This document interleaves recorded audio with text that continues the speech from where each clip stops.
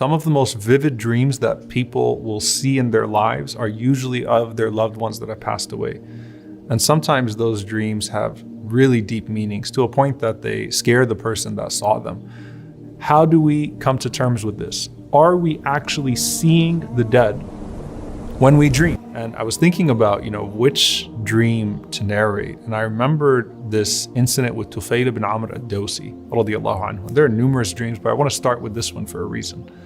Tufayl ibn Amr ad-Dawsi was, of course, famous in his interaction with the Prophet ﷺ. He brought the tribe of Daws to Islam, to accept Islam with the Prophet ﷺ, and he made hijrah. He migrated to Medina. And when he migrated to Medina, he had a man with him from his tribe. And when this man made the hijrah, left everything behind, made the hijrah with Tufayl, with the Prophet ﷺ to Medina, the climate of Medina got to him, he became ill, and as he suffered his illness, he cut his fingers. And when he cut his fingers, the blood would flow from his hands. And eventually he passed away. Now, this is a very interesting situation. Tufayl says, I saw him in a dream and he was in a good state, meaning, he looked to be from the people of Al-Jannah, but his fingers were still cut off, or he had his hands wrapped, and it was clear that his fingers were still cut off. So he said, I asked him, I said, what has Allah done with you? And he said, Allah subhanahu wa ta'ala pardoned me because of my hijrah with the Prophet ﷺ, because of my migration with the Prophet ﷺ. But as for my fingers, Allah subhanahu wa ta'ala said to me, I will not restore what you yourself ruined. I will not restore what you yourself ruined. And what did the Prophet ﷺ do? Tufayl says that the Prophet ﷺ raised his hands to the sky and he says, Allahumma waliyadayhi faghfir, Allahumma waliyadayhi faghfir. Oh Allah, and for his hands forgive him. Oh Allah, and for his hands forgive him. There are numerous dreams that get narrated, and we find not just from the Prophet ﷺ and the companions, but throughout history of students seeing their teachers. And one of my favorite ones is also Uthman radiallahu ta'ala anhu. And I want to actually, before we talk about Uthman radiallahu anhu's dream of the Prophet ﷺ, keep in mind that Uthman radiallahu ta'ala anhu feared the grave more so than most of the companions. I don't know if any other companion was narrated to have feared the grave more than Uthman radiallahu anhu. It was said about Uthman that he used to cry at the grave in ways that he would weep and his beard would become wet, but he wouldn't cry that way at the mentions of Al-Jannah wa Nar, of paradise and hellfire, the way that other companions did. And they asked him, and Uthman radiallahu anhu said, this is the first station of the stations of the hereafter. So if this is good, everything else will be good. And if this is bad, then everything else will be bad. Now fast forward to when Uthman radiallahu ta'ala anhu is actually about to die. He was under siege and he goes to sleep while he is fasting. And he sees in his dream the Prophet sallallahu alaihi wasallam and Abu Bakr and Umar. May Allah be pleased with them. And the Prophet sallallahu alaihi wasallam is comforting Uthman radiallahu ta'ala anhu through the trials that he is going through. And he tells Uthman radiallahu ta'ala anhu, Irji' fa innaka muftirun indi. Go back, for you will break your fast with me. Your iftar is going to be with the Prophet ﷺ and with Abu Bakr and with Umar. Uthman radiallahu ta'ala anhu wakes up laughing. He wakes up so happy and laughing, and he says, the sun will not set tonight illa wa ana min ahli al-akhirah, except that I am amongst the people of the hereafter. And he grabs his mushaf and he reads until he is assassinated, and indeed, has iftar with the Prophet ﷺ and Abu Bakr and Umar as he saw in that dream. And again, there are so many different narrations. If you read Madarij al-Salikin, Ihya Ulumuddin, these books where you see, students that see their teachers, and the teacher shows up and the teacher is in a state of Jannah, and the student asks the teacher, how is it that you reached that place?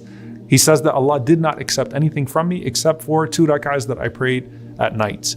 And that is a nasiha to the student, an advice to the student to continue forward and to pray those 2 rak'ahs. How do we come to terms with this? Are we actually seeing the dead when we dream? Are we seeing them? Are we seeing a representation of them? How do we come to terms with this? Well, first and foremost, establish the understanding of the dream in general, that bad dreams are from the shaitan, and we are to seek refuge in Allah subhanahu wa ta'ala from them and not to entertain them. So if you see a dream that displeases you, say, A'udhu billahi minash shaitanir rajeem. seek refuge in Allah, and don't seek the interpretation of that dream. When it comes to good dreams, and when it comes to us seeing our deceased ones, of course, some people might be having, just hadithun nafs, just regurgitated thoughts. But the possibility of actually seeing a person that has passed away is established by the scholars of Islam. Ibn al-Qayyim rahimahullah ta'ala, he describes it as the following. He says that the soul moves freely at the time of sleep. When Allah subhanahu wa ta'ala compares sleep to maut, it is a minor death. Every time you go to sleep, you are saying, Bismika Allahumma amutu wa ahya. In your name, O Allah, I die and I am given life. You wake up in the morning, Alhamdulillah alladhi ahyana ba'dama amatana, right? All praises be to the one who gave us life after he took our souls, after death. So every night you're going to sleep, there is death. Your soul travels. It moves freely during sleep and it meets with the souls of others. And so Ibn al-Qayyim rahimahullah ta'ala says that while you are asleep, it may be that your soul would meet the soul of your loved one. Remember, we're not limited by the dimensions of this dunya at the time of sleep. And so a person might see a dead person and the dead may give them nasiha, might give them advice. The dead might comfort them, right? To let them know that I'm okay, that everything is good, alhamdulillah. They might see their dead loved ones in a place of al-Jannah, or where, something really good happening with them. And the soul will comfort the soul of the living to say that I'm okay, alhamdulillah rabbil alameen. It might be that the dead asks the one who is alive to go and pay off a debt. Maybe they weren't aware of it. Remember, we talked about the first thing that you do for those that have passed away. So, go to this person and pay off a debt, or go seek forgiveness from this person because I hurt that person. SubhanAllah, someone in my own family, passed away in Hajj. And this was years ago. And passing away in Hajj is a form of shahada. But when he passed away, his children all saw the same dream at night. They saw a dream of him, and I'm talking about numerous children, saw a dream of him asking them to go seek forgiveness from a very particular person. They all woke up and they all saw the same dream of him asking them to go seek forgiveness from a particular person. They did so, they went to that person, and then they saw a dream of him in Al-Jannah. As if to say, subhanAllah, hurting people and having those things can prevent even a righteous person, a person who dies the most ideal of death, from reaching their desired place with Allah subhanahu wa ta'ala. So sometimes you might see a dream and your deceased one is telling you, go pay off that debt, go seek forgiveness from that person because I hurt that person.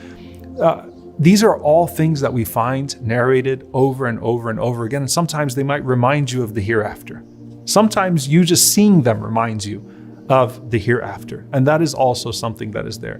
What can't happen, obviously, is that a person who you see tells you to do something that is wrong, or gives you revelation, or changes a ruling of Islam. None of that is allowed, and none of that could be except from the shaitan. And remember that the Prophet ﷺ mentioned that one of the blessings of seeing the Prophet ﷺ in a dream is that whoever sees the Prophet ﷺ has definitely seen him, because the shaitan cannot take the form of the Prophet ﷺ or imitate the Prophet ﷺ. Now, what I want to say here, though, to caution a little bit here, is that sometimes the counter effect of this is that if I don't see my deceased loved one in a dream, then I start to think something is wrong with me. Then I start to think that, are they upset with me? Or have they gone somewhere that I don't want them to go? Or, is Allah subhanahu wa ta'ala angry with me? And that is also not a way to judge your righteousness, okay? Because some of the most beloved people to Allah and those that love the Prophet ﷺ most never saw the Prophet ﷺ in a dream. That doesn't mean that they're not upon the sunnah. That doesn't mean that they don't love the Prophet ﷺ. That means that Allah subhanahu wa ta'ala gives that blessing to some and He doesn't give it to others. And there is a hikmah, there is a wisdom for that.